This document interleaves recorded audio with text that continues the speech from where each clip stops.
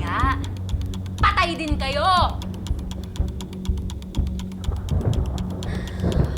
Oh no! Nasaan kaya sila? Mahanap ko kaya sila? Or mag-give up na lang kaya ako?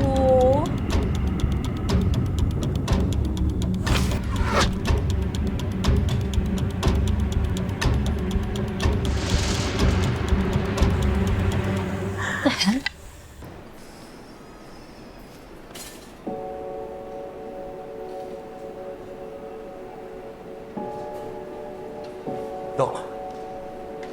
Dok, kamusta po yung nanay ko? Stable na yung condition ng patient sa ngayon, pero kailangan namin siya i-monitor for any complications. Salamat, Dok. Mauna na ako.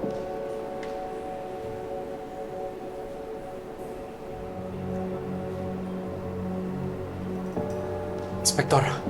Mr. Pangiliban, I'm really sorry sa nangyari sa mother niyo. Sir, meron po bang kilala kayo na galit sa mama niyo na maaaring gumawa nito? Isang tao na yung kilala kong may matinding galit sa pamilya ko. At capable na pumatay. Si Kiara. Imposibleng siyang may gawa nito. Tinawagan namin ang San Jose Mental Facility. Na-verify namin nandun si Kiara Aquino at hindi nakakalabas. Sino gagawa nito? At bakit niya pagtatangkaan yung buhay ng nanay ko? Ano bang ginawa ng nanay ko? Ano ba kasalanan niya? Bakit siya?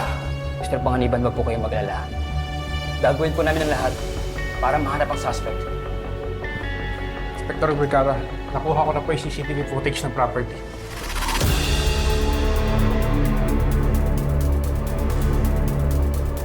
Hayop!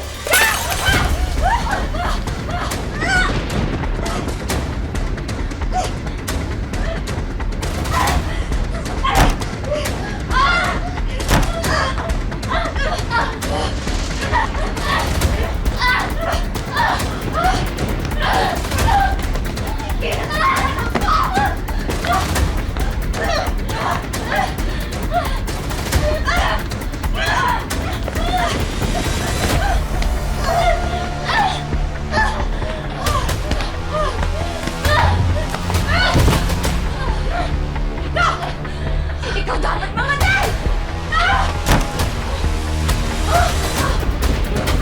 Guy! Okay! Bukas! Bilis! Hindi ka natakbo! Takbo! Okay! Hindi kaya! Okay! Laki!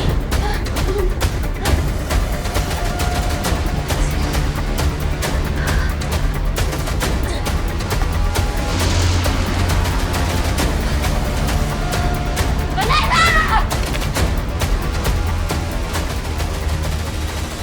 Hindi kaya ang target ng suspect si Bruce talaga? Nadamay lang yung nanay ko. Wala ba kayong iba pang anggulo? Yung mas kita yung mukha ng killer?